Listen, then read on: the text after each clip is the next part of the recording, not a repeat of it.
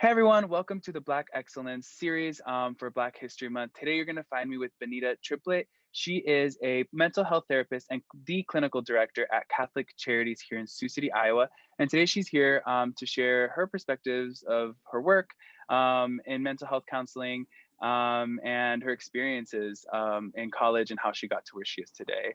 Thank you for being here with me, Benita.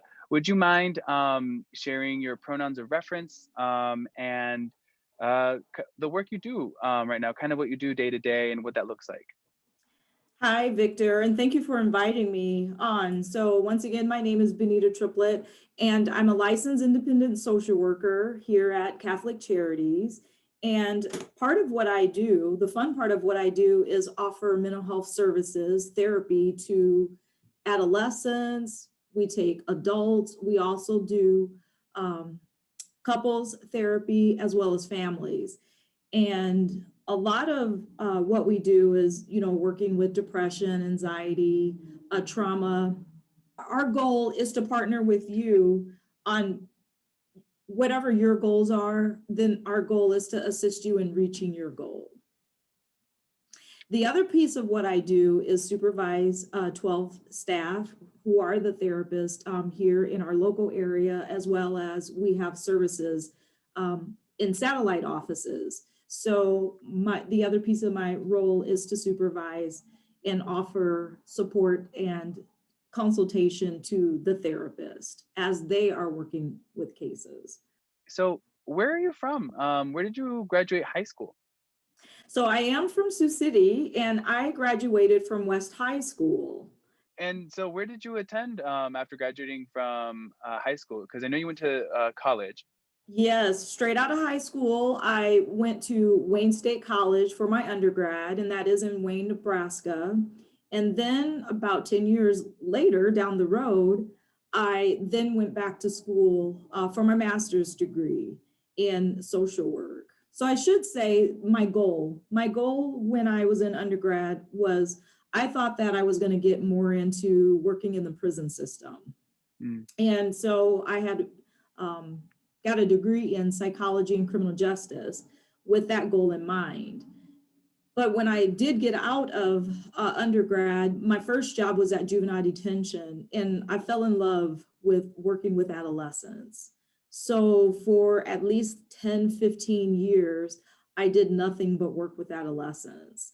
But I realized that versus working at juvenile detention, kind of watching people go in and out of the system, pretty much on their way to prison, I wanted to do more preventative care. And so my goal was to have adolescents thrive and reach them before they get to the point of decline, of needing the criminal justice system, or before their mental health declines. So I got more into doing family type it's called tracking services. So I would work with juvenile delinquents and do skill building and just try to provide different activities and social skills and prevention within the family system to keep them out of the criminal justice system. So I did a lot of that in the beginning prior to going back to school for my master's. But then I even wanted more for myself. So I went back to school with a goal in mind to get a master's degree in social work so I could do specifically mental health therapy. That's really great. And what I love about your story is that you got your degree, which is a psychology and a minor in criminal justice, and you applied it at that center. And you kind of found this passion with adolescents, which is really great. And you kind of found that through the experience. And then you were able to go back to school and then get a degree that really helped you reach your next goals and really help you provide the best outreach, right? Correct. Were there any other majors that you considered in college? For me, we could go two tracks when I was in my master's program. So we could go administrative, which would mean that you would do more kind of like executive director type work, macro type work, or you could go the therapy route. And I was really torn because I liked both, but my passion is with families and therapy. So I went that route, not knowing that I would still end up in a directorship role. But either way, it still worked out for me. But so my main focus had always been with my master's, um, the degree in social work to do Mhm. individual mental health therapy. So it's always been a goal and you kind of stuck, which is really good. Yeah, Some people change, but it's really good right. when the majors really reflect your work. And that's really great. Um, so going back to your undergraduate years, what were some resources that you used in undergrad to be a successful student? For me, I'm the type of person that I kind of cling to. I always find a mentor. So it was important for me. I'm kind of a mama's girl, daddy's girl kind of thing. So I always took wise advice from my elders. And so it was important for me to connect with my professors and just meet different people that could offer me support. I had a good relationship with my counselor, or the person that, when you major in something, you always have an advisor.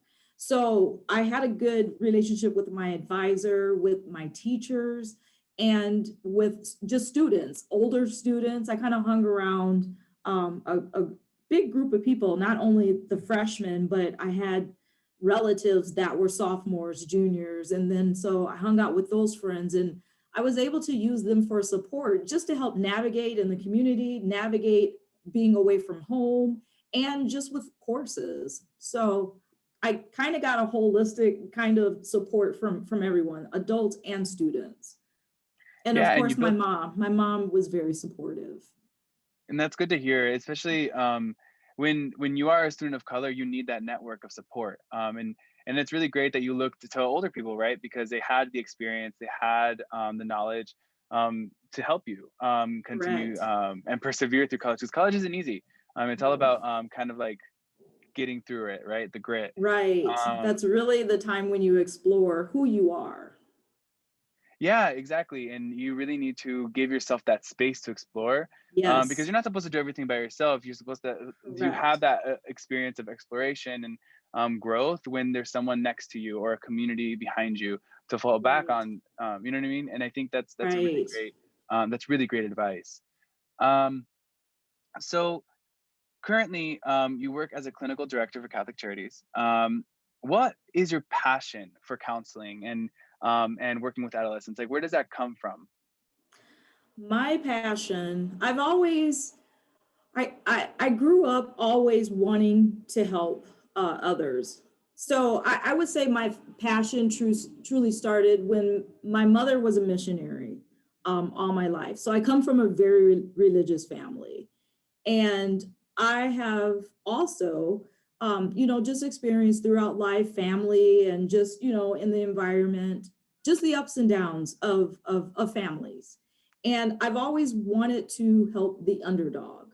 So whereas, people are judging one for making mistakes, or just not living that yellow brick road that sometimes parents wish you would take, I always fought for the underdog. I've always been an advocate for the underdog.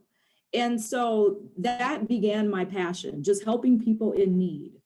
And I've always loved children. So that naturally was what I thought I would do all my life is help children succeed.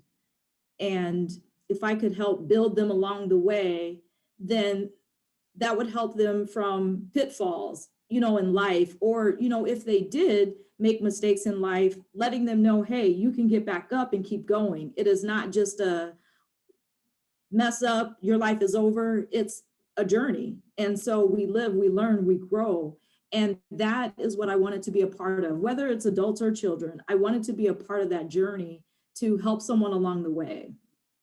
So that's really where my passion comes from. And then I believe also that it's a gift. I believe that we all are here for a purpose, and God purposed me to be able to help people. He equipped me to be able to help people. So that's what I believe, that I'm walking in my purpose. That gives me my passion. Yeah, of course. And I mean, my students and I had talked about our passions, our values, our needs, and our strengths even. And I think that's something that you found that I have the strength. And I was given I was given the strength for a reason, right? So I'm going to Mhm. find a purpose, I'm going to find clarity, and I'm going to use it to help people that need it, right? And I think that's really great that Right. you found that path through psychology at Wayne and then do your master's in social work at Yes. the University of Iowa. So, and you've been very successful in your career, especially being a director and a leader in the community. And this question is, what does success mean to you?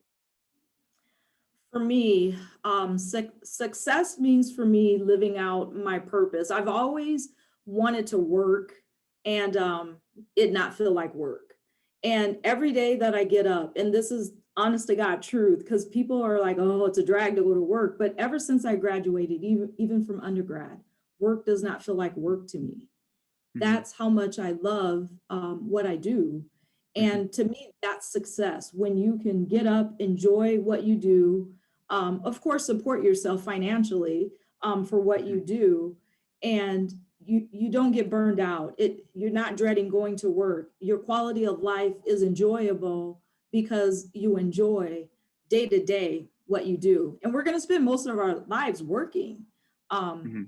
Most of us are going to spend most of our lives working. So you want to be able to enjoy what it is Hmm. that you do and make that worthwhile. So that to me is my biggest success is work not feeling like work.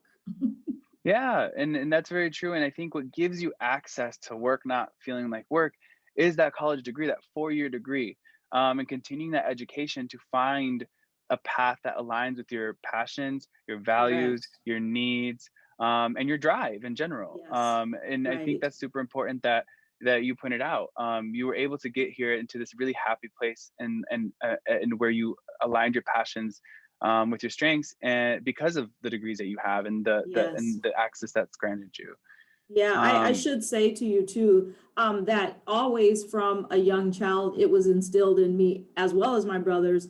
College it was expected that we were going to college. It wasn't even a second thought that I knew when I was in kindergarten that I would graduate and go off to college. So that was just an automatic, that was how mhm. it's going to happen. That's good. And, That's good. and so, yes, definitely education is the key. Yeah. My parents would always say, have that desk job. Keep going to school so you can have that desk job, because the desk was such a symbol of like, you won't have to break your back like I do, you know? And I think that Yes. was, that kind of pushed me to go to college as well, to have that access, you know? Um, Yes. and I guess like to wrap up our conversation with this last question is, um, what is one thing you wish you would have known as a Black college student? Or if you have any advice for future Black college students, like what would that be? I would I would say it's a hard question, but really tap into knowing that it's going to take a community of support. Like we cannot do anything on our own. So it's always important to have mentors because you really will find out who you are as you go off to college, and it can make you or break you. And if you don't have that support around you, that encouragement, um, it could be a lonely place. And I believe it's a wonderful thing for us to fly away and leave home. But you really have to be a strong person and know yourself and explore who you are and grow as a person. That's Mhm. important to do, to have that foundation and that direction. Um, I hope that makes sense. I don't No, that does I make don't know sense. if You I need to have that interdependence, that community, and it's that fellowship. Because I mean, everyone's a freshman, right? Everyone's a sophomore, everyone's a junior, and everyone's a senior, right? How can we get through this right. together, right? And especially when you're a student of color, a Black student, especially, you need that foundation. And there's a lot of multicultural organizations. There's a lot of fraternities and sororities that are predominantly African American, that they root their pride in that history and then their history here. And so I think having those Right. networks is literally going to take you so far in college and in the future too, because those networks that you build keep expanding, Yes. and then you're going to have connections Correct. all over the world even, you know? Right. So Right. I think you're so right when you bring up community and not doing things alone. It's super important to be aware of that. Yes. And I just, want to stress self-determination is definitely going to be very important because people, can send you in this direction. Oh, do this, or you should do this, or put you in a box for this. So really have self-determination and the confidence to know this is how you want your life to go and go in that direction based on what it is that you're passionate about doing, not what other people want you to do, but what you want to do. So really tap into that self-determination and responsibility. Yeah, and go to therapy. Therapy is Yes, accessible yes. for everybody in so many different ways, and you pay for therapy in college. You pay the fees that you pay. You can go to counseling for free, Yes, right?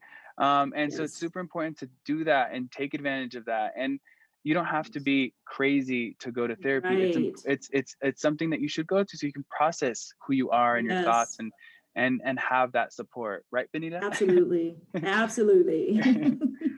Great. Well, thank you so much for interviewing with me, Benita, and sharing your insights with my students. I'm super excited to Thank hear you. that for them to hear everything you had to say. Thank you, Benita. Thank you. You're welcome.